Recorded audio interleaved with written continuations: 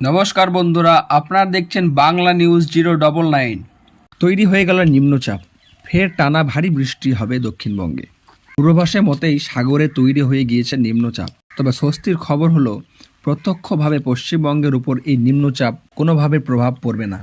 পরোক্ষ প্রভাবে রাজ্যের বিভিন্ন জেলায় বিক্ষিপ্ত ভারী থেকে অতি ভারী বৃষ্টির সম্ভাবনা রয়েছে। বৃষ্টি হবে দক্ষিণবঙ্গেও। সব মিলিয়ে আজ কেমন থাকবে আবহাওয়া?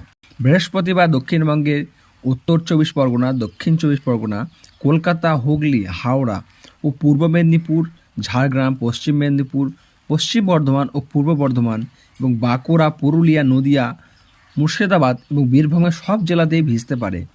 অনেকাংশ জেলায় বজ্রবিদ্যুৎ সহ হালকা থেকে মাঝারি বৃষ্টির সঙ্গে ঝোড়ো বাতাস বইতে পারে। দক্ষিণবঙ্গের একাধিক জেলায় ঝড়ের সম্ভাবনা রয়েছে আজ। ঘন্টায় 40 থেকে 50 কিলোমিটার গতিবেগে ঝড় উঠতে পারে। লাল সতর্কতা জারি করা হয়েছে গোটা দক্ষিণবঙ্গের জন্যই। সকাল থেকে আংশিক মেঘলা আকাশ রয়েছে কলকাতায়। এদিন তিলোত্তমা ও স্বল্প বিস্তার ভিজতে পারে। শুক্র ও শনিবার এরকম থাকতে পারে আবহাওয়া।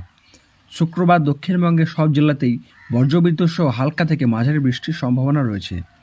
একাধিক ঝড় ও বৃষ্টির পূর্বাভাস দক্ষিণ 24 পরগনা, পূর্ব মেদিনীপুর, পশ্চিম মেদিনীপুর, বাঁকুড়া, ঝাড়গ্রাম, পুরুলিয়া এবং হাওড়ায়।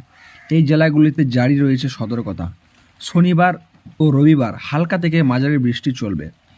উত্তরে টানা বৃষ্টি চলছে বেশ কয়েকদিন থেকে।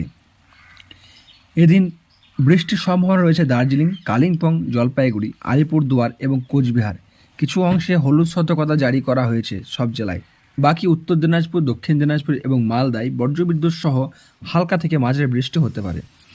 শুক্র এবং শনিবার বৃষ্টি হবে, কিছুটা দাপট কমবে উত্তরবঙ্গে। শুক্রবার উত্তরবঙ্গে বজ্রবিদ্যুৎ সহ হালকা থেকে মাঝারি বৃষ্টির সম্ভাবনা রয়েছে, তবে কোনো সতর্কতা জারি নেই।